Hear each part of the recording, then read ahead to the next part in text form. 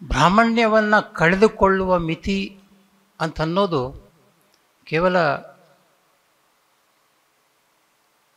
ಅದು ಲೋಹಿಯಾರ ಪರಿಭಾಷೆಯಲ್ಲಿ ಹೇಳೋದಾದರೆ ಎಲ್ಲ ಸಮುದಾಯ, ಎಲ್ಲ ಜಾತಿ ಸಮುದಾಯಗಳು ತಮ್ಮ ಬ್ರಾಹ್ಮಣ್ಯವನ್ನು ಕಳೆದುಕೊಳ್ಳುವ ರೀತಿ ಯಾವುದು ಅಂತ ಹುಡುಕಾಟ ಮಾಡೋದಿದೆಯಲ್ಲ, ಅದು ಒಂದು ಕಲೆಯಲ್ಲಿ ಬಹಳ ದೊಡ್ಡ ಭಾಷೆ. ಆಮೇಲೆ ಈ ಕೃತಿಗಳನ್ನು ಮುದ್ರಿಸಿದ ನಮ್ಮ ಸ್ವ್ಯಾನ್ ಪ್ರಕಾಶನದ ಕೃಷ್ಣಮೂರ್ತಿಯವರಿಗೆ ಎಷ್ಟು ಚೆನ್ನಾಗಿ ಗೆಟಪ್ ಇದೆ ಪುಸ್ತಕಗಳದ್ದು, 4 ಪುಸ್ತಕಗಳದ್ದು. ನೋಡಿದ ತಕ್ಷಣ ಕೊಂಡ್ಕೋಬೇಕು ಅನಿಸುವಷ್ಟು. ಈಗಾಗಲೇ ಒಂದು 60-70 ಕೃತಿ ಮಾರಾಟ ಆಗಿ ಹೋಗಿರ್ಬೇಕು ನನಗೆ ಗೊತ್ತಿರೋ ಹಾಗೆ. ಮುಂಬೈನಿಂದ ಎಷ್ಟು ಜನ ಬಂದಿದ್ದಾರೆ ಗೊತ್ತಿಲ್ಲ, ಎಲ್ಲರೂ ಮುಂಬೈನವರೇ ಅನ್ನಿಸ್ತಾ ಇತ್ತು ಇಲ್ಲಿ ನನಗೆ. ಸೊ ಮುಂಬೈನ ಕುಟುಂಬದ ಸಮಾರಂಭ ಇದ್ದ ಹಾಗೆ ಬಾಯಿ ಬಿಟ್ಕೊಂಡು ಕೂತ್ಕೊಂಡು ನೋಡ್ತಿದ್ದೆ ನಾನು. ಎಲ್ಲರೂ ಫೋಟೋ ತೆಗೆಸ್ಕೊಳ್ಳೋದೇನೋ. So Mitra Venkataraj I think ಭಾಳ ಪಾಪ್ಯುಲರ್ ರೈಟರ್, ನಮ್ಮ ನಡುವಿನ ಭಾಳ ಪ್ರಸಿದ್ಧ ಕಥೆಗಾರ್ತಿ. 2 ಪುಸ್ತಕಗಳನ್ನು ಭಾಳ ಕುತೂಹಲದಿಂದ ಮತ್ತು ಆಸಕ್ತಿಯಿಂದ ಓದಿದೆ ನಾನು. ಅದರಲ್ಲಿ ದೀಪಾ ಜೋಶಿಯವರ ತತ್ರಾಣಿ ಕಾದಂಬರಿ ಮತ್ತು ಮಿತ್ರ ವೆಂಕಟರಾಜ್ ಅವರ ಕಥೆಗಳು.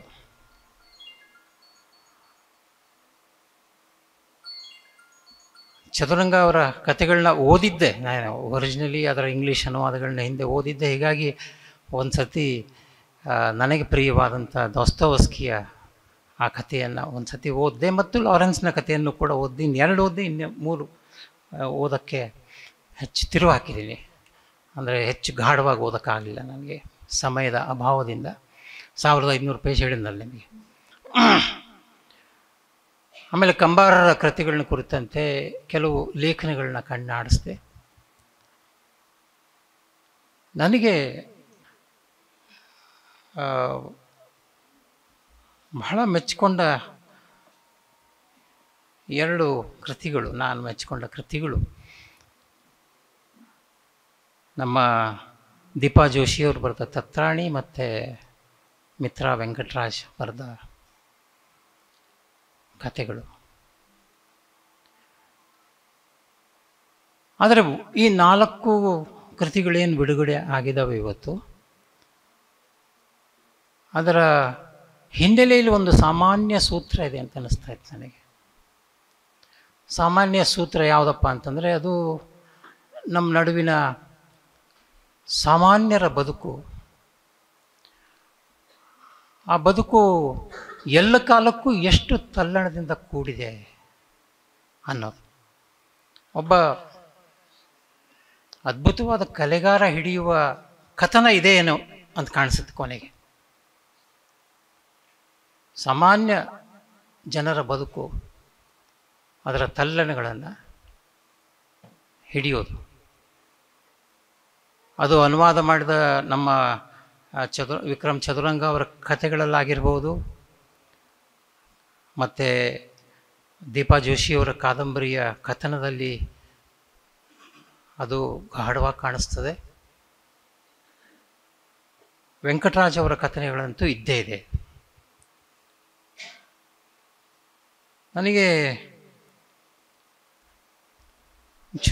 ಸ್ವಲ್ಪ ವಿಶೇಷವಾಗಿ ಇವರಿಬ್ಬರ ಕಥನ ವಿನ್ಯಾಸವನ್ನು ಕುರಿತಂತೆ ನನಗೆ ಅನಿಸಿದ್ದನ್ನು ಹೇಳಬೇಕು ಅಂತ ನಿಮ್ಮ ಮುಂದೆ ಅನ್ನಿಸ್ತಾ ಇತ್ತು. ಒಂದು ನಮ್ಮ ದೀಪಾ ಜೋಶಿಯವರ ಕಾದಂಬರಿ ಹಾಗೂ ಕಥೆಗಳ ಬಗ್ಗೆ.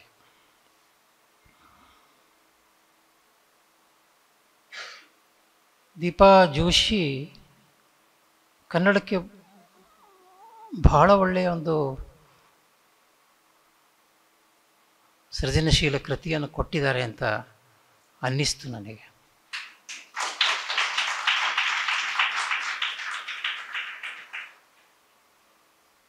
ಇದು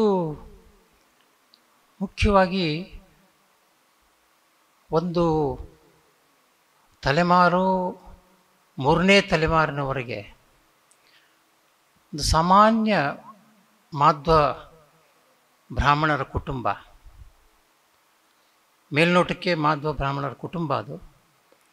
ಆದರೆ ಇಡೀ ಕಾದಂಬರಿ ಬೆಳೀತಾ ಬೆಳೀತಾ ಬೆಳೀತಾ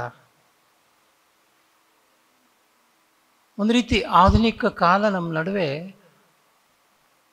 ನಮ್ಮ ನಂಬಿಕೆಗಳ ನಮ್ಮ ಆಚರಣೆಗಳನ್ನ ಮೀರಿ ನಮ್ಮ ಬದುಕು ನಮ್ಮನ್ನು ಎಷ್ಟು ನಮ್ಮದೇ ಆದ ಮಿತಿಗಳನ್ನ ದಾಟುವ ಹಾಗೆ ಮಾಡ್ತದೆ ಅನ್ನೋದನ್ನು ಈ ಕಾದಂಬರಿ ಬಹಳ ಚೆನ್ನಾಗಿ ಹಿಡಿತದೆ.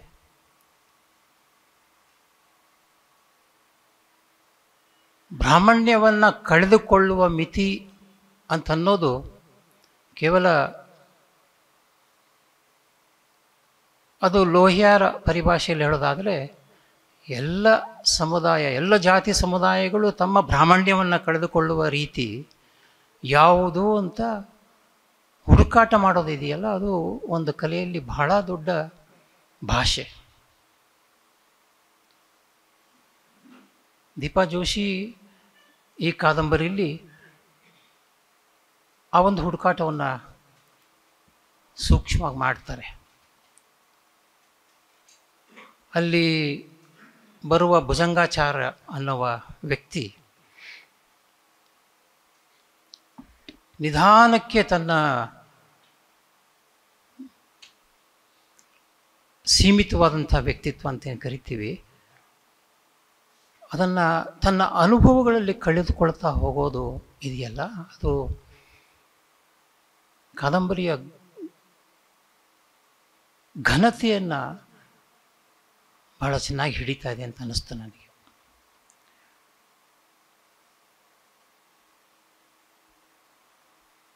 ನಾವು ವಾಸ್ತವವಾಗಿ ಕಾದಂಬರಿಯನ್ನು ಓದುವಾಗ ಮತ್ತು ಸೃಜನಶೀಲ ಕೃತಿಯನ್ನು ಓದುವಾಗ ನಮ್ಮ ಸಾಹಿತ್ಯದ ಅಕಾಡೆಮಿಕ್ ಶಿಸ್ತನವರು ಬರೆದ ಕಾದಂಬರಿಗಳು ಅಂತೇನಂತೀವಿ. ಈಗ 20-21ನೇ ಶತಮಾನದಲ್ಲಿ ಆ ರೀತಿ ಸಾಹಿತ್ಯ ವಲಯದ ಶಿಸ್ತಿನಿಂದ ಬರೆದವರ ಕೃತಿಗಳಿಗಿಂತ ಅದರಾಚೆಗೆ ಇರುವ ವ್ಯಕ್ತಿತ್ವಗಳು ಜೀವನವನ್ನು ಹಿಡಿತಾ ಇರೋ ರೀತಿ ಇದೆಯಲ್ಲ, ಅದು ಬಹಳ ಗಂಭೀರವಾಗಿದೆ, ಬಹಳ ಸೂಕ್ಷ್ಮವಾಗಿದೆ ಅನ್ನೋದಕ್ಕೆ ದೀಪಾ ಜೋಶಿಯವರ ಈ ಕಾದಂಬರಿ ಒಂದು ದೊಡ್ಡ ಉದಾಹರಣೆಯಾಗಿದೆ. ನಾನು ಸುಮಾರು ಜನನ ಓದಿದ್ದೀನಿ ಇತ್ತೀಚೆಗೆ. ಹಾಗೆ ಓದಿದಾಗ ನನಗನ್ನಿಸ್ತದೆ, ಸಾಹಿತ್ಯ ವಲಯದಲ್ಲಿ ಪರಿಣಿತಿ ಹೊಂದಿದಂಥ ಜನರು ಎಷ್ಟು ಸೀಮಿತವಾದ ಅನುಭವಕ್ಕೆ ತಮ್ಮನ್ನು ಒಗ್ಗಿಸ್ಕೊಂಡಿದ್ದಾರೆ. ಆದರೆ ಅದರ ಆಚೆಗಿನ ವಲಯದ ಜಗತ್ತು, ಅದನ್ನು ಅನುಭವಿಸಿದಂಥ ವ್ಯಕ್ತಿತ್ವಗಳು ಎಷ್ಟು ಡೆನ್ಸ್ ಆಗಿ ಕನ್ನಡದ ವಲಯದಲ್ಲಿ ಅನುಭವಗಳನ್ನ ಹಿಡಿತಾ ಇವೆ. ಈ ಕಾದಂಬರಿ ಓದ್ತಿದ್ದಾಗ ನನಗೆ ಮಿರ್ಜಿ ಅಣ್ಣಾರಾಯರು ನೆನಪು ಬಂದರು, ರಾವ್ ಬಹದ್ದೂರ್ ನೆನಪು ಬರ್ತಾಯಿದ್ರು.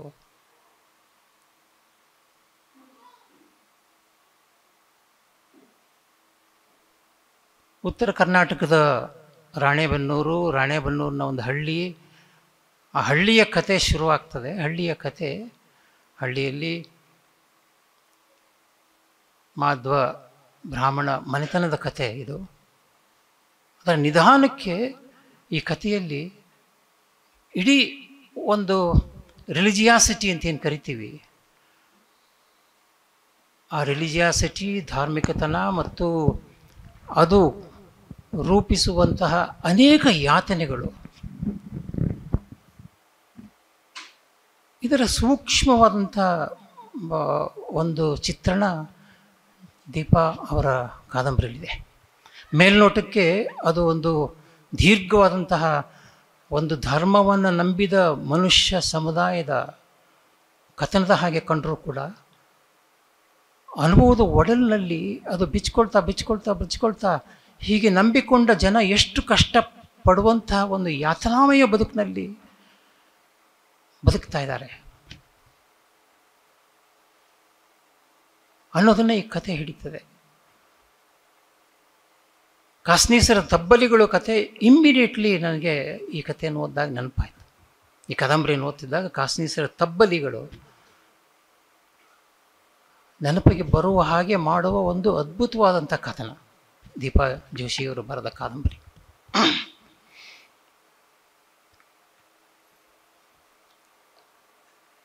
ಅಲ್ಲಿ ಬರುವ ಬಹುಪಾಲು ಹೆಣ್ಣು ಪಾತ್ರಗಳು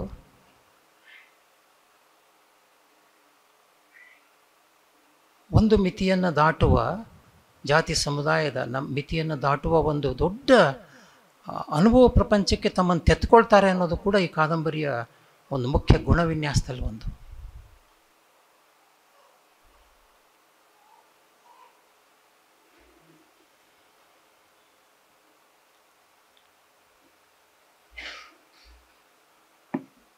ಇಲ್ಲಿ ಒಂದು ಘಟನೆ ಬರ್ತದೆ, ಹೆಚ್ಚು ವಿವರಕ್ಕೆ ಹೋಗಲ್ಲ, ನಿಮಗೆ ಒಂದು ಘಟನೆನ ವಿವರಿಸ್ತೀನಿ ನಾನು.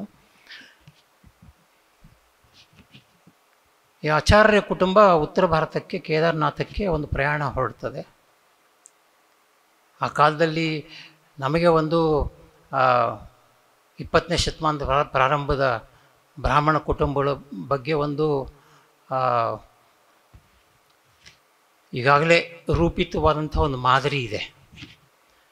ಯಾವ ಮಾದರಿಯಪ್ಪ ಅಂತಂದರೆ, ಬಹುಪಾಲು ಬ್ರಾಹ್ಮಣ ಸಮುದಾಯದ, ಮೊದಲ ತಲೆಮಾರಿನ ಬ್ರಾಹ್ಮಣ ಸಮುದಾಯದ ವ್ಯಕ್ತಿತ್ವಗಳು, ಅದರಲ್ಲೂ ಗಂಡಸರು ಹೆಚ್ಚು ಈ ಸರ್ಕಾರಿ ಸೇವೆಗಳಿಗೆ ಬಿಕಾಸ್ ಆಫ್ ದೇರ್ ಎಜುಕೇಷನ್ ಅವರು ಹೋದರು. ಹೀಗಾಗಿ ಸೇವೆಗಳ ಲಾಭವನ್ನು ಪಡ್ಕೊಂಡವರು ಅವರು ಅನ್ನೋ ಒಂದು ಮಾದರಿ ನಮ್ಮ ನಡುವೆ. ಅದು ಅರ್ಧ ಸತ್ಯ, ಇಲ್ಲ ಅಂತಲ್ಲ. ಆದರೆ ಈ ಕಾದಂಬರಿ ಅಂಥದ್ದೊಂದು ಮಾಡೆಲ್ನ ಯಾವ ಇರಲಿ, ಈ ಒಂದು ಮಾಡೆಲ್ ಇದೆ, ಈ ಮಾಡೆಲ್ನ ಒಡಿತದೆ. ಇಲ್ಲಿ ಬರುವ ಭೋಜಂಗಾಚಾರ್, ಇಡೀ ಹಳ್ಳಿಯ ಬ್ರಾಹ್ಮಣ ಮಣಿತದ ವ್ಯಕ್ತಿತ್ವಗಳು ತಮ್ಮ ಬದುಕಿಗಾಗಿ ಬೇರೆ ಬೇರೆ ವೃತ್ತಿಗಳನ್ನ ಹಿಡಿತವೆ. ಆ ವೃತ್ತಿಗಳಲ್ಲಿ ನೀವು ಗಡಿಯಾರ ರಿಪೇರಿ ಮಾಡೋದಿದೆ,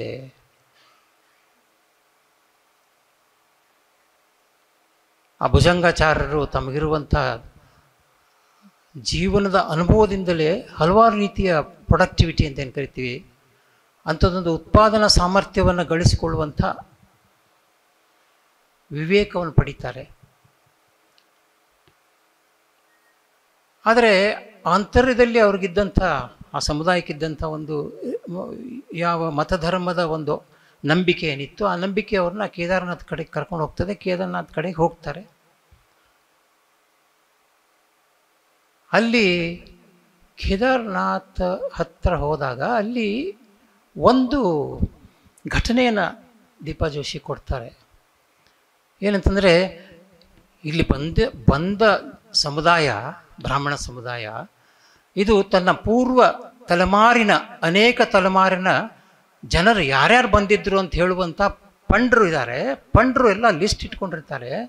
ಆ ಲಿಸ್ಟ್ ಒಂದನ್ನು ನೋಡಿಕೊಂಡು ನಮ್ಮ ಹಿಂದಿನ ತಲೆಮಾರು ಎಷ್ಟು ಜನ ಬಂದು ಹೋದರು ಮತ್ತು ಅವ್ರು ಯಾವ ರೀತಿ ಪ್ರಸಿದ್ಧರಾಗಿದ್ರು ನೋಡ್ಬೇಕಲ್ಲ, ಒಂದು ಕುತೂಹಲ. ಆ ಕುತೂಹಲದಿಂದ ಭುಜಂಗಾಚಾರ್ಯರು, ಭೀಮಾಚಾರ್ಯರು ಹೋಗ್ತಾರೆ. ಭೀಮಾಚಾರ್ಯರು ತೆಗೆಸ್ತಾರೆ ಅದನ್ನ. ತಮ್ಮ ಹಿಂದಿನ 7ನೇ ತಲೆಮಾರಿನವರೆಗೂ ಆ ಪಂಡ್ರು ಒಂದು ಲಿಸ್ಟ್ ಇಟ್ಕೊಂಡಿರ್ತಾರೆ ಬರೆದು. ನೋಡಪ್ಪ, ನಿಮ್ಮ ತಲೆಮಾರಿನವ್ರು ಹಿಂದಿನವ್ರು ಇಂಥವ್ರು, ಇಂಥವ್ರು ಬಂದಿದ್ರು. 7ನೇ ತಲೆಮಾರಿನ ಆ ವ್ಯಕ್ತಿ ಯಾರು ಬಂದಿದ್ದ, ಅವನು ವಿಷ್ಣು ಸಿಂಗ್ ಅನ್ನೋನು ಉತ್ತರ ಭಾರತ. ಆ ವಿಷ್ಣು ಸಿಂಗ್ ಅನ್ನುವ ಉತ್ತರ ಭಾರತದ ವ್ಯಕ್ತಿ ಕ್ಷತ್ರಿಯನಾಗಿದ್ದ. ಯಾವುದನ್ನು ಈ ಸಮುದಾಯ ನಂಬ್ಕೊಂಡು ಬಂದಿತ್ತೋ ಅದು ಆ ಕ್ಷಣದಲ್ಲಿ ಆ ನಂಬಿಕೆ ಸಂಪೂರ್ಣವಾಗಿ ನುಚ್ಚು ನೂರು ಆಗಿ ಹೋಗುವಂಥ ಕಥನ. ನಾವು ಯಾವುದನ್ನು ನಂಬಿದ್ದೀವಿ, ನಮ್ಮ ಧರ್ಮ, ನಮ್ಮ ಜಾತಿ, ನಮ್ಮ ಸಮುದಾಯ, ಇದೆಲ್ಲವನ್ನೂ ನಂಬ್ಕೊಂಡಂಥ ಸಮುದಾಯಕ್ಕೆ ಆಘಾತ ಆ ಕ್ಷಣಕ್ಕೆ. ಭೀಮಾಚಾರ್ಯ ಒದ್ದಾಡ್ತಾನೆ, ಅಯ್ಯೋ ಇದನ್ನು ಹೆಂಗೆ ಹೇಳಿ, ನಾನು ವಾಪಸ್ ಹೋಗಿ ಹೇಳಿದ್ರೆ ನನ್ನನ್ನು ಜಾತಿಯಿಂದ ಹೊರಗೆ ಹಾಕ್ಬಿಡ್ತಾರಲ್ಲ. ಓ, ಕ್ಷತ್ರಿಯರಿಂದ ಬಂದವರ ಇವರು, ನಿಜವಾದ ಬ್ರಾಹ್ಮಣ್ಯ ಇವರು ಇಲ್ವೇ?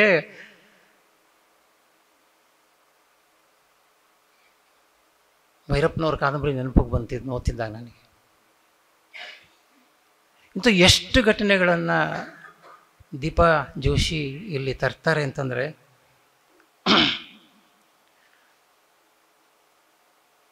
ಇನ್ನೊಂದು ಘಟನೆ ಬರುತ್ತೆ.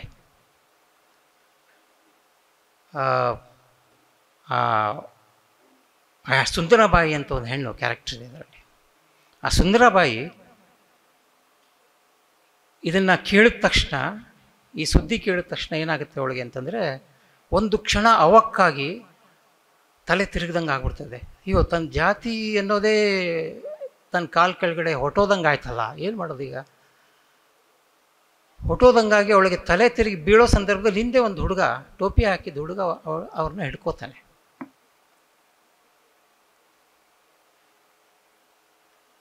ಆವಾಗ ಒಂದು ವಾಕ್ಯ ಬರೀತಾರೆ ದೀಪಾ ಜೋಶಿ. ಕಾದಂಬರಿ ಅನ್ನೋದು ವಸ್ತುವಿನಲ್ಲಿ ಮಾತ್ರ ಇರಲ್ಲ, ಹಿಡಿಯೋ ಭಾಷೆಯಲ್ಲಿಯೂ ಇರ್ತದೆ, ನಿರೂಪಿಸುವ ರೀತಿಯಲ್ಲಿಯೂ ಇರ್ತದೆ ಅನ್ನೋದಕ್ಕೆ ಈ ಮಾತನ್ನು ಓದ್ತೀನಿ ನಾನು. ಒಂದು ಕ್ಷಣದ ಹಿಂದೆ ಭೀಮಾಚಾರ್ಯರ ಮೂಲ ತಿಳಿದು ಬಗ್ಗಡವಾಗಿದ್ದ ಮನಸ್ಸು ಸುಂದರಾಬಾಯಿಗೆ. ಆ ಹುಡುಗ, ಆ ಸಾಬರ ಹುಡುಗ, ಅವನ ಮೆತ್ತನೆಯ ಸ್ಪರ್ಶಕ್ಕೆ ಸ್ವಚ್ಛವಾಗಿ ತಿಳಿಯಾಗಿತ್ತು. ಅವಳು ಬಿದ್ದಿದ್ರೆ ತಲೆ ಹೊಡೆದು ಸತ್ತು ಹೋಗ್ತಿದ್ಲ ಏನೋ ಗೊತ್ತಿಲ್ಲ, ಆದರೆ ಜೀವ ಕೊಟ್ಟ ಈ ಹುಡುಗ, ಸಾಬರ ಹುಡುಗ ಅವನು. ಆ ವಾಕ್ಯ ಬರುತ್ತೆ, ಆ ಹುಡುಗನ ಮೆತ್ತನೆಯ ಸ್ಪರ್ಶಕ್ಕೆ ಸ್ವಚ್ಛವಾಗಿ ತಿಳಿಯಾಗಿತ್ತು. ಆ ಒಂದು ಕ್ಷಣ ಅನುಭವದ ಇಂಥ ಸಣ್ಣ ಕ್ಷಣಗಳು ನಮ್ಮ ಬ್ರಾಹ್ಮಣ್ಯದ ಮಿತಿಯನ್ನು ಮೀರುವಾಗಿ ಹೇಗೆ ಮಾಡ್ತದೆ? ಬ್ರಾಹ್ಮಣ್ಯ ಅನ್ನೋದು ನಾನು ಈಗಾಗಲೇ ಹೇಳಿದೆ, ಅದು ಬ್ರಾಹ್ಮಣ ಸಮುದಾಯಕ್ಕೆ ಮಾತ್ರ ಅಲ್ಲ, ಎಲ್ಲ ಜಾತಿ ಸಮುದಾಯದ ಬ್ರಾಹ್ಮಣ್ಯ ಅನ್ನೋದೊಂದು ಇರ್ತದೆ. ಎಲ್ಲ ಜಾತಿ ಸಮುದಾಯದ limited experience which is distinct to their community. ನಮ್ಮ ಅನೇಕ ಸಾಹಿತ್ಯ ಆ ರೀತಿಯಲ್ಲಿ ನಮ್ಮ ಜಾತಿ ಸಮುದಾಯದ ಕಥನವನ್ನೇ ಹೇಳುವ ಒಂದು ಡಿವಿಸಿವ್ ಆದಂಥ ಒಂದು ಕಥನ ಪರಂಪರೆಯ ವಸ್ತು ನಮ್ಮಲ್ಲಿ ಪ್ರಧಾನ. ಆದರೆ ಇದನ್ನು ಮೀರುವ ಕಥನ ಇದೆಯಲ್ಲ, ಅದು ದೊಡ್ಡದು ನನ್ನ ಪ್ರಕಾರ. ಇನ್ನೊಂದರ ಅನುಭವಕ್ಕೆ ನಾನು ಹೇಗೆ ಪಕ್ಕಾಗಬಲ್ಲೆ?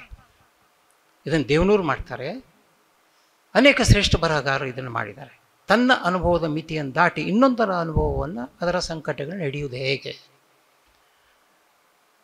ಇದು ಒಬ್ಬ ಬಹಳ ದೊಡ್ಡ ರೈಟರ್ ಮಾಡುವಂಥ ಕೆಲಸ. ಅದರಲ್ಲೂ ನಮ್ಮಂಥ ಒಡೆದು ಹೋದ ಸಮಾಜದ ಈ ಸಂದರ್ಭದಲ್ಲಿ ನಮ್ಮದು ಅನ್ನಿಸುವ ಹಾಗೆ ಬರೆಯುವುದಕ್ಕಿಂತ ಹೆಚ್ಚಾಗಿ ಇನ್ನೊಂದು ಅದರ ಸ್ವರೂಪ ಹೇಗೆ ಅಂತ ತಿಳಿಯುವಂಥ ಆ ಭಾಷೆ, ಕಥನದ ಭಾಷೆ ಬಹಳ ದೊಡ್ಡದು ಆಗುತ್ತೆ. ಮತ್ತು ಅದು ನಿಜವಾಗ್ಲೂ ಕ್ರಿಯೇಟಿವ್ ಆಗಿರುತ್ತೆ, ನಿಜವಾಗ್ಲೂ ಮಾನವೀಯವಾಗಿರುತ್ತೆ. ತನ್ನಂತಾನು ಕೇವಲ ಭಾಷೆ ಮಾತ್ರ ಅಲ್ಲ, ತನ್ನ ಅನುಭವದಲ್ಲೂ ಕೂಡ ಮಾನವೀಯತೆಯನ್ನು ಕಟ್ಟಿಕೊಂಡಂಥ ಒಂದು ಸಾಂದ್ರತೆ ಅಂಥದ್ದೊಂದು ಕಥನಕ್ಕೆ ಬರ್ತದೆ. ದೀಪಾ ಜೋಶಿಯವರ ಕಾದಂಬರಿ ಈ ಒಂದು ಭಾಷೆಯನ್ನು, ಹೊಸ ಭಾಷೆ ಅಂತ ಕರಿತೀನಿ ನಾನು ಇದನ್ನು, ಈ ಒಂದು ಹೊಸ ಭಾಷೆಯನ್ನು ನಮ್ಮ ಮುಂದೆ ಇಡ್ತದೆ. ಅನೇಕ ಹೆಣ್ಣು ಪಾತ್ರಗಳು ಬರ್ತವೆ. ಈ ಎಲ್ಲ ಹೆಣ್ಣು ಪಾತ್ರಗಳು ಗಂಡಿನ ವ್ಯಕ್ತಿತ್ವಕ್ಕೆ ಮೂಲ ಧಾತುವನ್ನು, ಬದುಕಿನ ಸೆಲೆಯನ್ನು ಕೊಡುವಂಥ ಹೆಣ್ಣು ಪಾತ್ರಗಳನ್ನು ಇವರು ಎಷ್ಟು ಗಟ್ಟಿಯಾಗಿ ತಂದಿದ್ದಾರೆ ಅಂತಂದರೆ ಈ ಕಾದಂಬರಿಯಲ್ಲಿ. ಅದನ್ನು ಹೇಳ್ತಾ ಹೋದರೆ ಇಡೀ ದಿವಸ ನಾನು ಮಾತಾಡಬೇಕಾಗತ್ತೆ. ಇಲ್ಲಿ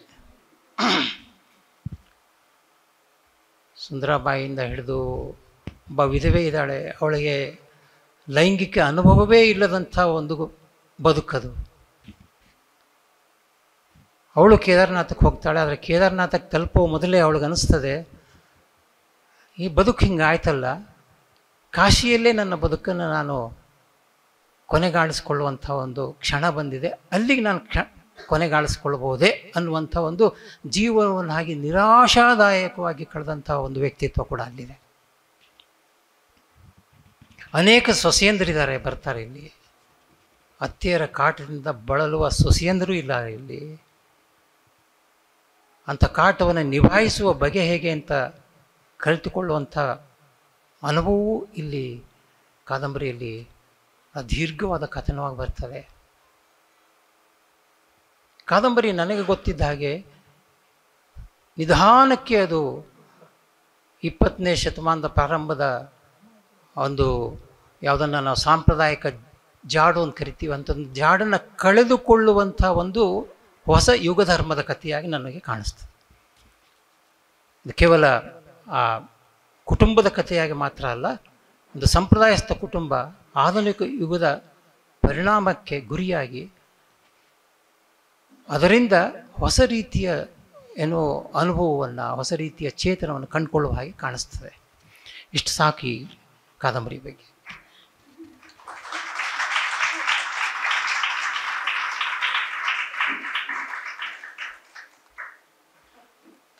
ಈ ಕಾದಂಬರಿಯನ್ನು ಓದೋಕ್ಕೆ ನನಗೆ ಇನ್ನೊಂದು ಕುತೂಹಲ ಅಂದರೆ, ನಾನು ರಾಣೆಬೆನ್ನೂರಿನವನು. ಅಲ್ಲಿ ಬರುವ ಹಲಿಗೇರಿ ನನ್ನ ತಾಯಿಯ ಹಳ್ಳಿ. ಆದರೆ ಇದನ್ನು ಮೀರಿ ಕಾದಂಬರಿ ತನ್ನ ನಿರೂಪಣೆಯಲ್ಲಿ ಓದುಗನನ್ನು, ಅಷ್ಟು ದೊಡ್ಡ ಕಾದಂಬರಿ ಆದರೂ ಹಿಡಿತದೆ ಓದುಗನ ಕುತೂಹಲವನ್ನು ಅನ್ನೋದು ಕೂಡ ಈ ಕಾದಂಬರಿ ಇನ್ನೊಂದು ಹೆಗ್ಗಳಿಕೆ. Deepa Joshi, I think she has arrived.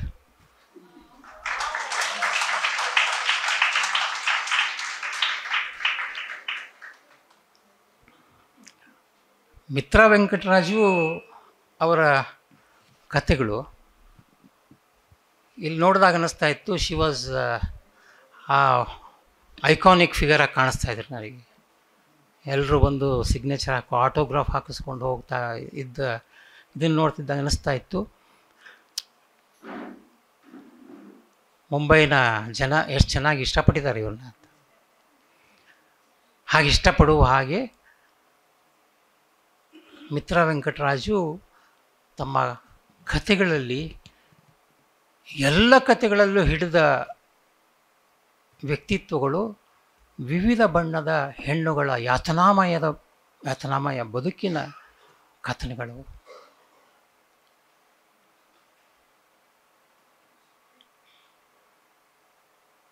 ಇವರು ಅಷ್ಟು ಕಥೆಗಳನ್ನ ಓದಿದೆ ನಾನು.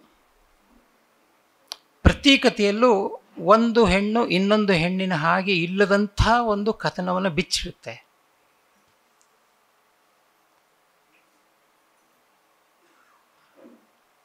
ಒಂದು ಕಥೆ ಇದೆ, ರೈಲು ಪಟ್ಟಿಯ ಗೆರೆ ಅಂತ.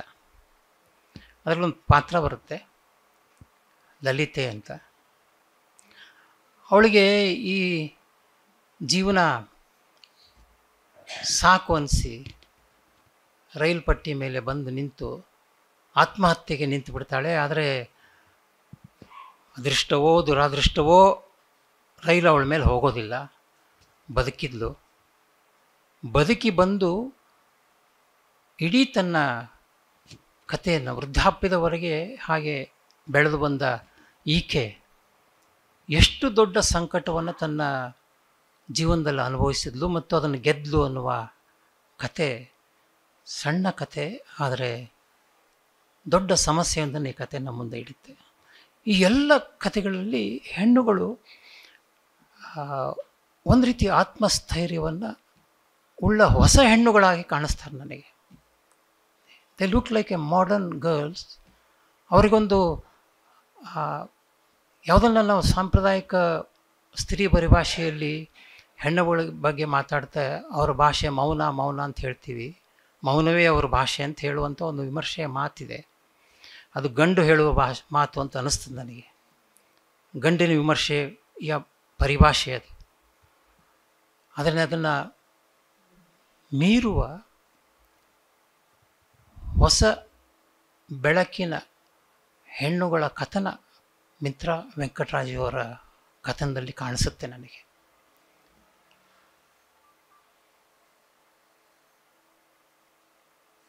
ಇವರಲ್ಲಿ ಮದುವೆ ಅನ್ನೋದು ಅಷ್ಟು ಅಂತ ಇಂಪಾರ್ಟೆಂಟ್ ಅಲ್ವೇನೋ ಅಂತ ಅನ್ನಿಸುವ, ತನ್ನ ಬದುಕು ತಾನು ಬಹಳ ಮುಖ್ಯ ಅಂತ ಅನ್ನಿಸುವಂತಹ ಸ್ವಾಭಿಮಾನದ ಆತ್ಮಪ್ರತ್ಯಯದ ಹೆಣ್ಣುಗಳಿದ್ದಾವೆ.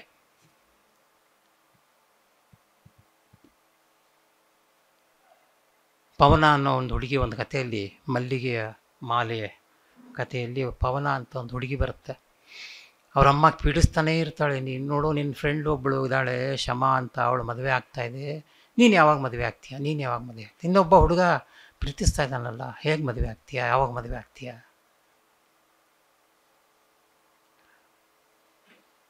ಪವನ ಅವಳಿಗೆ ಗೊತ್ತು ತಂದೊಂದು ಜೀವನ ಇದೆ ಅಂತ. ಈಗ ಅವಳು ಅಮ್ಮನ್ನ ನೋಯಿಸ್ಲಾರಳು, ಆದರೆ ತನ್ನ ಬದುಕಿನ ಕಥನವನ್ನು ಹೇಗೆ ಕಟ್ಕೋಬೇಕು ಅನ್ನೋದು ಕೂಡ ಅವಳಿಗೆ ಗೊತ್ತಿರುವ ಹಾಗೆ ಕಥನ ನಿಧಾನಕ್ಕೆ ಬೆಳೀತಾ ಹೋಗುತ್ತಿಲ್ಲಿ.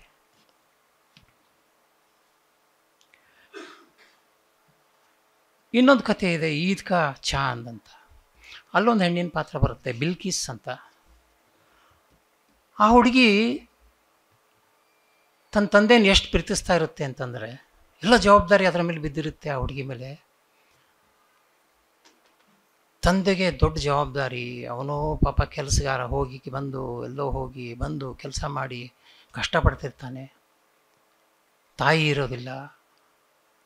ಈ ಜವಾಬ್ದಾರಿನ ಹೊತ್ತಂಥ ಈ ಹುಡುಗಿ ತಂದೆಯ ಕಷ್ಟವನ್ನು ನಿಧಾನಕ್ಕೆ ನೋಡ್ತಾ ನೋಡ್ತಾ ನೋಡ್ತಾ ಜವಾಬ್ದಾರಿಯನ್ನು ಹೇಗೆ ಕಂಡ್ಕೋಬೇಕು ಅನ್ನೋದನ್ನು ರೂಪಿಸ್ಕೊಳ್ತಾ ಹೋಗುವಂಥ ಒಂದು ಕಥನ ಬಿಲ್ಕಿಸ್ ಅಲ್ಲಿದೆ.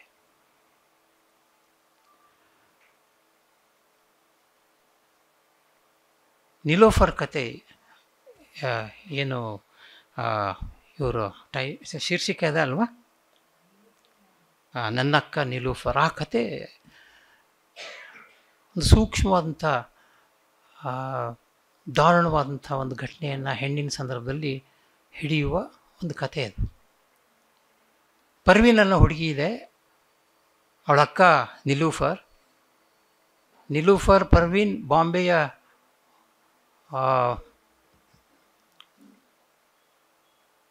ಒಂದು ಸಂಜೆ ಒಂದು ಕಡೆ ಕೂತಿದ್ದಾಗ ನಿಲೂಫರ್ಗೆ ಒಂದು ಆಕ್ಸಿಡೆಂಟ್ ಆಗಿ ಅವಳ ಅಂದಚಂದ ಎಲ್ಲ ವಿರೂಪವಾಗಿ ಹೋಗುವಂಥ ಒಂದು ಘಟನೆ ನಡೆಯುತ್ತೆ. ಆ ಘಟನೆ ಈ ಹುಡುಗಿ ಮೇಲೆ ಎಷ್ಟು ಪರಿಣಾಮ ಬೀರುತ್ತೆ ಅಂತಂದರೆ, ಈ ಹುಡುಗಿ ಹೇಳ್ತಾಳೆ, ನಿಲೂಫರ್ ಇದ್ದಾಳಲ್ಲ ಆ ಹುಡುಗಿ, ನನ್ನ ಅಕ್ಕ ಎಷ್ಟು ಚೆನ್ನಾಗಿ ಮಾತಾಡ್ತಾ ಇದ್ದು, ಎಷ್ಟು ಚೆನ್ನಾಗಿತ್ತು ಧ್ವನಿ ಅವಳದು ಅಂತಂದರೆ, ಅವಳನ್ನು ಭೇಟಿಯಾದಂಥ ಒಬ್ಬ ಹುಡುಗಿನ ಇವಳು ನನ್ನ ಅಕ್ಕನ ಹಾಗೆ ನಿನ್ನ ಧ್ವನಿ ಇದೆ ಅಂತ ಹೇಳಿ ಕರ್ಕೊಂಡೋಗಿ ನೀನು ತೋರಿಸ್ತೀನಿ ಬಾ ಅಂತ ಹೋಗಿ ಕರ್ಕೊಂಡೋಗಿ ತೋರಿಸ್ದಾಗ ಇಡೀ ಮುಖವಾಡ ಹಾಕ್ಕೊಂಡು ಗೋಶ ಹಾಕ್ಕೊಂಡು ಕೂತಿರುವ ಆ ನಿಲೂಫರ್ ಹೇಳ್ತಾಳೆ, ನನ್ನನ್ನು ಏನಂತ ತಿಳ್ಕೊಂಡಿದ್ಯಾ ನೀನು, ನನ್ನನ್ನು ಎಲ್ಲ ಎಕ್ಸಿಬಿಷನ್ ಮಾಡುವಂಥ ವಸ್ತು ಅಂತ ತಿಳ್ಕೊಂಡಿದ್ಯಾ ಅಂತ ಬೈದು ಕಳಿಸುತ್ತೆ ಅವಳು. ಆದರೆ ಪರ್ವೀನ್ಗೆ ಆಳದಲ್ಲಿ ಎಲ್ಲೋ ಒಂದು ಕಡೆಗೆ ಪಾಪ ಭಾವನೆ. ಇಡೀ ಕತೆ ಈ ಎರಡು ಹೆಣ್ಣುಗಳ ಸೂಕ್ಷ್ಮ ಹೊಯ್ದಾಟಗಳನ್ನು ಭಾಳ ಚೆನ್ನಾಗಿ ಹಿಡಿತದೆ ಅಂತ ಅನಿಸ್ತಾ ಇತ್ತು ನನಗೆ. ಅನೇಕ ಕಥೆಗಳಿದ್ದಾವೆ ಇಲ್ಲಿ.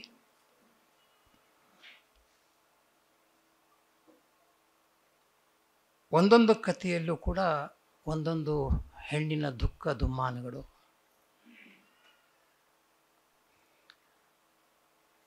ಎರಡನೇ ಅಂತ ಒಂದಿದೆ, ಅದರಲ್ಲಿ ಪ್ರಮೋದಿನಿ ಅನ್ನೋ ಹೆಣ್ಣು ತನ್ನ ಗಂಡ ICUನಲ್ಲಿದ್ದಾನೆ, ಬಂದು ಕೂತಿದ್ದಾಳೆ. ಆದರೆ ಇನ್ನೊಂದು ಫ್ಯಾಮಿಲಿ ಅಲ್ಲಿ ಅಳ್ತಾ ಇದೆ, ಬಂದು ಯಾರೋ ಇನ್ನೊಬ್ಬರು ICUದಲ್ಲಿದ್ದಾರೆ ಅಂತ ತಿಳ್ಕೊಳ್ತಾ ಕೂತಿರುವಾಗ ಕತೆ ಕೊನೆಗೆ ಈ ಗಂಡ ಇವಳಿಗೆ ಗೊತ್ತಿಲ್ಲದಾಗೆ ಇನ್ನೊಬ್ಬಳನ್ನ ಮದುವೆ ಆದ ಆ ಹೆಣ್ಣು ಬಂದು ಅಳ್ತಾ ಇರೋದು ಕಥೆಯ ಕೊನೆಗೆ ನಿಮಗೆ ಕಾಣಿಸ್ತಾ ಹೋಗುತ್ತೆ. ಒಂದು ಟ್ವಿಸ್ಟ್ ಬರುತ್ತೆ ಕತೆಗೆ. ಅಂದರೆ ಸೂಕ್ಷ್ಮವಾಗಿ ಮಿತ್ರ ವೆಂಕಟರಾಜ್ ಅವರು ಈ ಕಥನಗಳಲ್ಲಿ ಆಳದಲ್ಲಿ ಹುದುಗಿರುವಂತಹ ಹರಿಯುತ್ತಿರುವಂತಹ ಪೆಟ್ರಿಯಾರ್ಕಿಯ ಸ್ವರೂಪವನ್ನು ಕೂಡ ಹಿಡಿತಾರೆ. ಅಂದರೆ ಪಿತೃಪ್ರಧಾನ ವ್ಯವಸ್ಥೆಯ ಅನೇಕ ರೂಕ್ಷ ಸ್ವರೂಪವನ್ನು ಕೂಡ ನಮ್ಮ ಮುಂದೆ ಇಡ್ತಾ ಹೋಗ್ತಾರೆ. ಅದು ಭಾಳ ಲೌಡಾಗಿ ನಮಗೆ ಕಾಣಿಸಲ್ಲ, ಆದರೆ ಅದರಲ್ಲಿರುವಂಥ ಯಾವುದನ್ನು ಒಳಹರಿವು ಅಂತ ಕರಿತೀವಿ, ಆ ಒಳಹರಿವಿನ ವಿಧಾನದಿಂದಾಗಿ ಕತೆ ನಮಗೆ ಹೆಚ್ಚು ಇಷ್ಟವಾಗ್ತಾ ಹೋಗುತ್ತೆ, ಹೆಚ್ಚು ಕ್ರಿಯೇಟಿವ್ ಅನಿಸುತ್ತೆ, ಅದು ಹೆಚ್ಚು ಸೃಜನಶೀಲ ಅನಿಸುತ್ತೆ. ಇನ್ನೂ ಅನೇಕ ಕಥೆಗಳನ್ನ ಉದಾಹರಣೆ ಕೊಡ್ಬೋದು ನಾನು. ಆದರೆ ಒಂದನ್ನು ಮಾತ್ರ ಹೇಳಬಲ್ಲೆ, ಮಿತ್ರ ವೆಂಕಟರಾಜವರು ಹೆಣ್ಣು ಅನ್ನುವ ಒಂದು ಮಾದರಿಯನ್ನು which antagonizes the patriarchy, ಒಂದು ಮಾದರಿ ನಮ್ಮಲ್ಲಿ ಪ್ರಧಾನವಾಗಿ ಅನೇಕರು ಬರಿತಾ ಇದ್ದಾರೆ. 20ನೇ ಶತಮಾನದ ಪ್ರಾರಂಭದಲ್ಲಿ ಆ ಮಾಡೆಲ್ ಒಂದು ಭಾಳ ಪ್ರಧಾನವಾದಂಥ ಸ್ಟೈಲ್ ಆಗಿತ್ತು. ಅಂಥೊಂದು ಶೈಲಿಯನ್ನು ಮುರಿದು ಹೆಣ್ಣಿನ ಸಂಕಟದ ವಿವಿಧ ಮಾದರಿಗಳನ್ನು ಹಿಡಿತಾ ಹೋಗುತ್ತೆ. ಕೇವಲ ಯಾವುದನ್ನು ನಾವು ಸೆಕ್ಶುವಲ್ ಡಾಮಿನೇಷನ್ ಅಂತ ಕರಿತಾ ಇದ್ವಿ, ಅದರಿಂದ ಉಂಟಾದಂತಹ ಅಮಾನುಷತೆ ಅನ್ನೋದು ಹೆಚ್ಚು ಹೆಣ್ಣನ್ನು ಗೋಳಾಡಿಸ್ತಾ ಇದೆ ಅಂತ ಅಂದ್ಕೊಂಡು ಬರಿತಾ ಇದ್ದರು 20ನೇ ಶತಮಾನದಲ್ಲಿ. ಅಂಥ ಮಾದರಿಯನ್ನು ಬಿಟ್ಕೊಟ್ಟು, ಅಂದರೆ ಅದನ್ನು ಒಳಗೊಂಡು ನಾನು ಹೇಳ್ತಾ ಇರೋದು, ಅದು ಒಂದು ಭಾಳ ರೂಕ್ಷವಾದಂಥ ಒಂದು ಸ್ಥಿತಿ ಇಲ್ಲ ಅಂತಲ್ಲ. ಆದರೆ ಅಂತಹ ಆತಂಕಗಳು ಅಷ್ಟೇ ಅಲ್ಲ, ಇನ್ನಷ್ಟು ಆತಂಕಗಳು, ಇನ್ನಷ್ಟು ಬದುಕಿನ ಸಂಕಟಗಳು ಹೆಣ್ಣಿನ ಮುಂದೆ ಇದ್ದಾವೆ ಅಂತ ಹೇಳುವ ಭಾಷೆಯೊಂದನ್ನು ಇವರ ವಿವಿಧ ಕಥೆಗಳು ರೂಪಿಸ್ತಾ ಹೋಗ್ತವೆ ಅನ್ನೋದೇ ಇವರ ಕಥೆಗಳ ಬಹಳ ದೊಡ್ಡ ಗುಣ. She problematises a woman in a very very different complex ways. That is the quality of her story. ನಿಮಗೆ ಪ್ರತಿಭಾ ಕವನ ಓದಿದಾಗ ನಿಮಗೆ ಹೆಣ್ಣು ವರ್ಸಸ್ ಗಂಡು ಅನ್ನಿಸ್ತಾ ಇತ್ತಲ್ಲ, ಪ್ರತಿಭಾ ನಂದಕುಮಾರ್ ಕವನಗಳು ಓದಿದ್ರೆ ಹಾಗೆ ಅನ್ನಿಸ್ತದೆ ನಿಮಗೆ. ಹೆಣ್ಣು ವರ್ಸಸ್ ಗಂಡು ಅನ್ನೋ ಒಂದು ಮಾದರಿ ಹೆಚ್ಚು ಡಾಮಿನೆಂಟ್ ಆಗಿತ್ತು. ವೀಣಾ ಅವರ ಕಥೆಗಳನ್ನ ಓದ್ತದೆ 20ನೇ ಶತಮಾನದ ಯಾವುದೇ ಹಾಗೆ ಕಥೆಗಾರನ ತಗೊಂಡು ಓದಿದ್ರೆ ನಿಮಗೆ ಹೆಣ್ಣು ವರ್ಸಸ್ ಗಂಡು ಮಾದರಿ ಭಾಳ ಹೆಚ್ಚು ಡಾಮಿನೆಂಟ್ ಅದು. ಆದರೆ ಮಿತ್ರಾ ವೆಂಕಟರಾಜು ಅವರ ಕಥನಗಳಲ್ಲಿ ಈ ಮಾದರಿಯ ಮೊನಾಟನಿಯನ್ನು ಒಡೆಯಲಾಗಿದೆ ಅನ್ನೋದೇ ಈ ಕಥೆಗಳ ಭಾಳ ದೊಡ್ಡ ಗುಣ ಅಂತ ನನಗನ್ನಿಸ್ತು. ಹೀಗಾಗಿ ಕನ್ನಡಕ್ಕೆ she has already arrived, and I think ಆ ಸೂಕ್ಷ್ಮಗಳನ್ನ ಇನ್ನಷ್ಟು ಹಿಡೀಲಿ ಅನ್ನೋದೇ ನಾನು ಹಾರೈಸುವ ಒಂದು ವಿನಮ್ರವಾದಂಥ ಒಂದು ವಿನಂತಿ.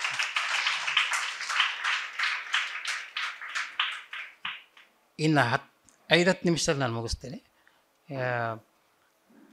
ನಮ್ಮ ವೀರೇಶ್ ಬೆಡಗೇರ್ ಎಡಿಟ್ ಮಾಡಿರೋ ಪುಸ್ತಕ ಕಂಬಾರರ ಬಗ್ಗೆ ಸಾಕಷ್ಟು ಕಷ್ಟಪಟ್ಟು ಮಾಡಿದ್ದಾರೆ, ಸಂಪಾದಿಸಿದ್ದಾರೆ. ಸುಮಾರು ಲೇಖನಗಳನ್ನ ಇವರೇ ಬರೆದಿದ್ದಾರೆ, ಮಾತಾಡಿದ್ದನ್ನು ಬರೆದಿದ್ದಾರೆ. ಕಂಬಾರರ ಸೃಜನಶೀಲತೆ ಅನ್ನೋದು ವಾಸ್ತವವಾಗಿ ನವ್ಯೋತ್ತರ ಕಾಲದ ಬಹಳ ದೊಡ್ಡ ಸೃಜನಶೀಲತೆ ಕಂಬಾರರದು. ನವ್ಯದ ಮಾದರಿಗಳನ್ನ ಬಹಳ ಪರಿಣಾಮಕಾರಿಯಾಗಿ ಮುರಿದ ಒಬ್ಬನೇ ಒಬ್ಬ ಲೇಖಕ ಏನಾದ್ರು ಇದ್ದರೆ ಅವರು ಕಂಬಾರರು. ವಾಸ್ತವವಾಗಿ ಕಂಬಾರರು ತಮ್ಮ ಮೊದಲ ಕಾವ್ಯ ಹೇಳುತ್ತೇನೆ ಕೇಳ ಇದೆಯಲ್ಲ, 1964 ಅಂತ ಕಾಣಿಸುತ್ತೆ, ಅದು ಬರ್ಕೊಂಡು ತೊಗೊಂಡೋಗಿ ಕುರ್ತಕೋಟಿಯವ್ರ ಮುಂದೆ ಕೊಟ್ಟಾಗ ಅವರಿಗೆ 24 ವಯಸ್ಸು.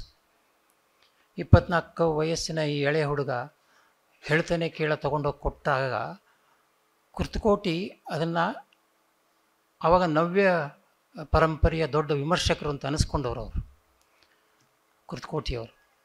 ಕುರ್ತಕೋಟಿಯವರು ಅದನ್ನು ಓದಿ ಅದಕ್ಕೊಂದು ಮುನ್ನುಡಿ ಬರೀತಾರೆ.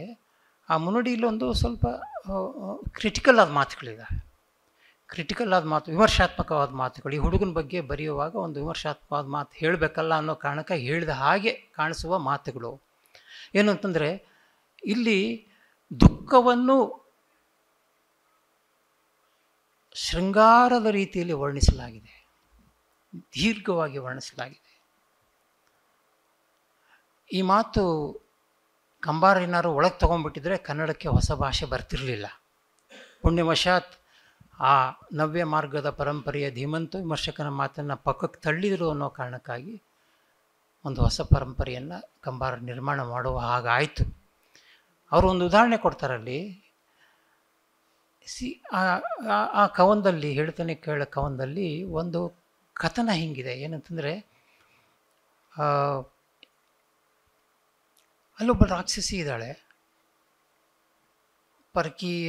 ಪರಕೀಯತೆಯನ್ನು ಒಂದು ರೀತಿಯಲ್ಲಿ ರಾಕ್ಷಸನ ಮಾದರಿಯಲ್ಲಿ ಪ್ರತಿಮಿಸುವ ಒಂದು ಕತೆ ಕಂಬಾರರ ಕತೆ ಕಾದಂಬರಿ ಕಾವ್ಯದಲ್ಲಿದೆ.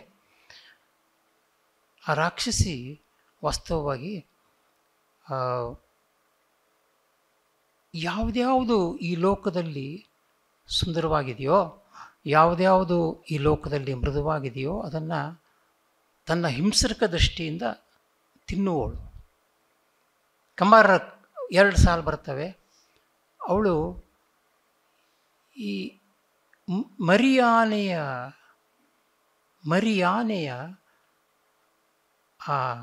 ಇದು ಬರ್ತದಲ್ಲ, ಏನೋ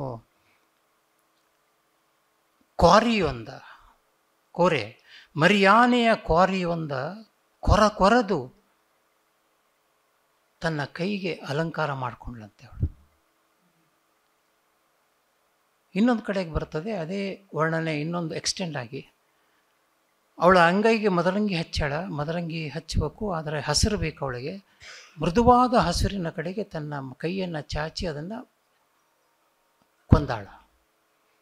ಅಂದರೆ ಇದು ಒಂದು ವಿರೋಧಾಭಾಸ ಅಲಂಕಾರ. ಕನ್ನಡದ ವರ್ಣಕ ಪರಂಪರೆಯಲ್ಲಿ ಇಂಥದ್ದೊಂದು ಅಲಂಕಾರವನ್ನು ಮತ್ತೆ ಮತ್ತೆ ಬೆಳೆಸ್ತಾ ಒಂದು ಸ್ಥಿತಿಯನ್ನು ಅದು ಗಾಢಗೊಳಿಸ್ತದೆ. ಇದು ಕೃತಕೋಟಿಯವರಿಗೆ ಅಷ್ಟು ಇಷ್ಟ ಆಗಲಿಲ್ಲ. ಕನ್ನಡದ ವರ್ಣಕ ಪರಂಪರೆ ಯಾವ ರೀತಿಯಲ್ಲಿತ್ತು ಅಂತ ಬಹುಶಃ ಕೃತಕೋಟಿಯವ್ರಿಗೆ ಗೊತ್ತಿರಲಿಲ್ಲ ಅಂತ ಕಾಣಿಸ್ತದೆ. ಒಂದು ವರ್ಣನೆಯನ್ನು ಹಲವು ರೀತಿಯ ಭಾಷೆಯಲ್ಲಿ ವರ್ಣನೆ ಮಾಡ್ತಾ ಹೋದರೆ ಅದು ಹೆಚ್ಚು ಗಟ್ಟಿಗೊಳ್ತದೆ ಓದುಗರಿಗೆ, ಕೇಳುಗರಿಗೆ. ಸೊ ಕಂಬಾರರ ಭಾಷೆ ಈ ರೀತಿ ವರ್ಣಕದ ಭಾಷೆ ಆಗಿತ್ತು. ಅದು ದೇಶಿ ಭಾಷೆಯ ಒಂದು ಸತ್ವವನ್ನು ಒಳಗೊಂಡಿತ್ತು ಈ ವರ್ಣಕದ ಭಾಷೆ ಒಂದು. ಇನ್ನೊಂದು, ಯಾವುದನ್ನು ನವ್ಯ ಓದಿನ ಮಾದರಿ ಅಂತ ಹೇಳ್ತಾ ಇತ್ತು ಕಾವ್ಯವನ್ನು, ಅದನ್ನು ಬಿಟ್ಟುಕೊಟ್ಟು ಕೇಳುವ ಹೇಳುವ ಮಾದರಿಯ ಹಾಡಿನ ಮಾದರಿಗೆ ಕಂಬಾರರು ತಮ್ಮ ಕಾವ್ಯವನ್ನು ತೆತ್ಕೊಟ್ರು ಅನ್ನೋದು ಕೂಡ ನವ್ಯಕ್ಕಿಂತ ಭಿನ್ನವಾಗಿ ಅವ್ರು ಹೆಂಗೆ ಮುಂದೆ ಹೋದರು ಅಂತ ಒಂದು ರಿಯಾಲಿಟಿಯ ಭಾಳ ಮುಖ್ಯವಾದ ಪರಿಕಲ್ಪನೆಯನ್ನು ಕನ್ನಡಕ್ಕೆ ಮತ್ತೆ ತಂದು ಕೊಟ್ಟವರು. ಎಲ್ಲ ಸೂಕ್ಷ್ಮಗಳು ನಮ್ಮ ವೀರೇಶ್ ಬಡಿಗೇರವರ ಹೇಳಿದ ಸಂಪಾದನೆ ಮಾಡಿದ ಅನೇಕ ಲೇಖಗಳಲ್ಲಿ ಕಾಣಿಸ್ತದೆ. ಕಂಬಾರರ ಕಾವ್ಯ ಸೃಷ್ಟಿಯ ಅನೇಕ ಸ್ವರೂಪಗಳನ್ನ ಈ ಕೃತಿ ಹಿಡಿತದೆ ಅನ್ನೋ ಕಾರಣಕ್ಕಾಗಿ ಕೂಡ ಇದು ಸ್ವಾಗತಾರ್ಹ ಕೃತಿ. ನಮ್ಮ ಕಂಬಾರನ ಕುರಿತಂತೆ ಓದಬೇಕಾದ್ರೆ ಇಲ್ಲಿಯ ಅನೇಕ ಲೇಖನಗಳನ್ನ ಓದುವ ಅಗತ್ಯ ಇದೆ ಅಂತ ನಾನು ಭಾವಿಸ್ತೇನೆ. ಅದರಲ್ಲೂ ಎಸ್ಪೆಷಲಿ ಅಮಿರೇಶ್ ನುಗಡೇಣಿ ಇಂಥವ್ರು ಭಾಳ ಚೆನ್ನಾಗಿ ಬರೆದಿದ್ದಾರೆ ಈ ಕಂಬಾರರ ಕೃತಿಗಳ ಬಗ್ಗೆ. ಇನ್ನು ಕೊನೆಯದಾಗಿ ನಾನು ಹೇಳ್ಬೋದಾದಂಥ ಒಂದು ಮಾತು ವಿಕ್ರಮ್ ಚದುರಂಗ ಅವರ ಟ್ರಾನ್ಸ್ಲೇಷನ್ ಬಗ್ಗೆ. ನಾನು ಮೆಚ್ಚಿಕೊಂಡಂಥ ಒಂದು ದಾಸ್ತೋವ್ಸ್ಕಿಯ ಕತೆ ಇಲ್ಲಿದೆ. ಆ ಕತೆ ಅವರ ದಾಸ್ತೋವ್ಸ್ಕಿಯ ಉಳಿದ ಎಲ್ಲ ಕತೆ ಕಾದಂಬರಿಗಳ ಹಾಗೆ ಆಧುನಿಕ ಯುಗದ ದಾರುಣತೆಯನ್ನು ಹಿಡಿತದೆ ಮತ್ತು ಅದರಲ್ಲಿ ಒಂಟಿಯಾದ ಮನುಷ್ಯನ ಕಥನವನ್ನು ಹಿಡಿತದೆ. ಮನುಷ್ಯ ಎಷ್ಟು ಅಮಾನವೀಯವಾಗಿದ್ದಾನೆ ಅನ್ನೋದನ್ನು ಭಾಳ ಸ್ಪಷ್ಟವಾಗಿ ಹಿಡಿತಾನೆ. ಇಂಥ ಸಂದರ್ಭದಲ್ಲಿ ತಾನು ನೈತಿಕವಾಗೋದು ಹೇಗೆ, ನೈತಿಕತೆ ಅನ್ನೋದರ ಪ್ರಶ್ನೆ ಏನು ಅನ್ನೋದನ್ನು ಕೇಳ್ಕೊಳ್ತಾ ಬರೆದ ಅನೇಕ ಕಥನಗಳು ದಾಸ್ತೋವ್ಸ್ಕಿಯ ಕ್ರೈಮ್ ಆ್ಯಂಡ್ ಪನಿಷ್ಮೆಂಟ್ನ ಕಾದಂಬರಿಯಲ್ಲಿ ಕಾಣಿಸ್ತದೆ. ಮತ್ತು ಈ ಕಥೆಯಲ್ಲಿ ಆ ಸೂಕ್ಷ್ಮತೆ ಒಂದು ನಿಮಗೆ ಗೋಚರವಾಗ್ತಾ ಹೋಗ್ತದೆ. ಅದನ್ನು ಕನ್ನಡಕ್ಕೆ ಭಾಳ ಚೆನ್ನಾಗಿ ಅನುವಾದ ಮಾಡಿದ್ದಾರೆ ವಿಕ್ರಮ್ ಚದುರಂಗ ಅವರು. ಲಾರೆನ್ಸ್ನ ಇನ್ನೊಂದು ಕಥೆಯನ್ನು ಮಾಡ್ತಾರೆ ಇವರು. ಇದರ ಶೀರ್ಷಿಕೆ ಆಗಿದೆ ಈ ಕಥಾಂಶ ಟಿಕೆಟ್ ಪ್ಲೀಸ್ ಅನ್ನೋದು. ಇದರಲ್ಲಿ ಒಬ್ಬ ಲೈಂಗಿಕತೆಯ ಹಸಿವಿದ್ದಂಥ ಒಬ್ಬ ಗಂಡಸಿನ ಬಗ್ಗೆ ಹೆಣ್ಣು ಮಕ್ಕಳು ಅವನ ಮೇಲೆ ಬೀಳುವಂಥ ಒಂದು ಕಥನ ಇದು. ಅವನನ್ನು ಬಗ್ಗಿಸುವ ಕಥನ. ಸ್ವಲ್ಪ 20ನೇ ಶತಮಾನದ ಹಳೆಯ ಕಥನ ಅನ್ನಿಸುವ ಮಾದರಿಯ ಕಥನ ಇದು. ಲಾರೆನ್ಸ್ ಬರೆದಾಗ ಒಂದು ಕ್ರಾಂತಿಕಾರಿ ಕಥೆಯಾಗಿತ್ತದು. ಆದರೆ ಈಗ ಆ ಕಥೆಯನ್ನು ಮತ್ತೊಮ್ಮೆ ಓದಿದಾಗ ಅನಿಸುತ್ತೆ, ಹೆಂಗಸರು ಬರೀ ಗಂಡಸನ್ನು ಹೊಡೆಯೋದು ಮಾತ್ರ ಅಲ್ಲ, ಬೇರೆ ರೀತಿಯಲ್ಲಿ ತಮ್ಮನ್ನು ತಾವು ಬೆಳೆಸ್ಕೊಳ್ಳುವ ದಿಕ್ಕಿನಲ್ಲಿ ಸಾಕ್ತಿದ್ದಾರೆ ಅನ್ನೋದು ಈ ಒಂದು ಶತಮಾನದಲ್ಲಿ ನಮಗೆ ಭಾಳ ಸ್ಪಷ್ಟವಾಗಿ ಗೋಚರವಾಗ್ತಿರುವಂಥ ಒಂದು ಹೊಸ ಭಾಷೆ ಆಗಿರೋದ್ರಿಂದ ಲಾರೆನ್ಸ್ನ ಕತೆ ಓದುವಾಗ ಅನಿಸುತ್ತೆ it's just A past story ಅಂತ. ಅದು ಬಿಟ್ಟರೆ ಇನ್ನು 3 ಕಥೆಗಳು, ಬೇರೆ ಬೇರೆ ಮಾದರಿಯ ಕಥೆಗಳಿದ್ದಾವೆ ಓದಲಿಕ್ಕೆ. ಬಹುಶಃ the best stories of the European and Russian language ಅಂತ ಅನಿಸೋ ಹಾಗೆ 4-5 ಕಥೆಗಳನ್ನ ಆಯ್ಕೆ ಮಾಡಿಕೊಂಡು ಭಾಳ ಸರಳವಾದ ಭಾಷೆಯಲ್ಲಿ ಅರ್ಥವಾಗುವ ಹಾಗೆ ಬರೆದಿದ್ದಾರೆ ವಿಕ್ರಮ್ ಚದುರಂಗ ಅವರು. ನನ್ನ ವಿಶ್ವವಿದ್ಯಾಲಯ ಹಿಂದೆ ಇದು ಅನುವಾದ ಆಗಿತ್ತು, ನವಕರ್ನಾಟಕ ಅಂತ ಕಾಣಿಸುತ್ತೆ. ಒಂದು ಭಾಳ ಅದು 3 ಭಾಗಗಳ ಅನುವಾದ ಆಗಿದ್ವು ಗಾರ್ಕಿದು. ನನ್ನ ವಿಶ್ವವಿದ್ಯಾಲಯ ಆಧುನಿಕ ಸಂದರ್ಭದಲ್ಲಿ ವಿಶ್ವವಿದ್ಯಾಲಯಗಳು ಯಾವ ರೀತಿ ಹೆಚ್ಚು ಬರಡಾಗ್ತಿವೆ ಅಂತ ಹೇಳುವ ಸೂಕ್ಷ್ಮವಾದ ಕಥನ ಅದು. ಈಗ 21ನೇ ಶತಮಾನಕ್ಕೆ ನಿಮಗದು ಹೆಚ್ಚು ಢಾಳ ಕಾಣಿಸ್ತಾ ಇದೆ. ವಿಶ್ವವಿದ್ಯಾಲಯಗಳು ಹೆಚ್ಚು ಬರಡಾಗುವಂಥ ಮಾದರಿ ನಮ್ಮ ಮುಂದೆ ಭಾಳ ಸ್ಪಷ್ಟವಾಗಿ ಕಾಣಿಸ್ತಾ ಇದೆ. ಅದರ ಸೂಕ್ಷ್ಮವಾದಂಥ ಕಥನವನ್ನು ನೀವಲ್ಲಿ ಗಾರ್ಕಿಯ ನನ್ನ ವಿಶ್ವವಿದ್ಯಾಲಯ ಅನ್ನುವ ಬಯೋಗ್ರಫಿ ಕಮ್ ಸ್ಟೋರಿ ಆ ಒಂದು ಕಥನದಲ್ಲಿ ಕಾಣ್ಬೋದು. ಅದನ್ನ ಓದಬೇಕಾದ್ರೆ ನಮ್ಮ ವಿಮರ್ಶಕಿ ತಮ್ಮ ಮುನ್ನುಡಿಯಲ್ಲಿ ಹೇಳಿದಾಗೆ ಭಾಳ ಸೂಕ್ಷ್ಮವಾದ ಓದಬೇಕು. ಅದಕ್ಕೆ ಭಾಳ ಮೇಲ್ಪದರದ ಓದಿನಿಂದ ನಿಮಗೆ ಒಳಗಿಂದ ಗೊತ್ತಾಗಲ್ಲ. ಹೀಗಾಗಿ ಅಂಥ ಓದನ್ನು ಸಾಧ್ಯವಾಗುವ ಹಾಗೆ ಅನುವಾದ ಮಾಡಿದ್ದಾರೆ ವಿಕ್ರಮ್ ಚದುರಂಗ ಅವರು. ಹೀಗಾಗಿ ಅವ್ರಿಗೂ ಕೂಡ ನನ್ನ ಅಭಿನಂದನೆಗಳು ಸಲ್ಲಿಸ್ತಾ ನನ್ನ 4 ಮಾತುಗಳು ಮುಗಿಸ್ತೇನೆ. ನಮಸ್ಕಾರ.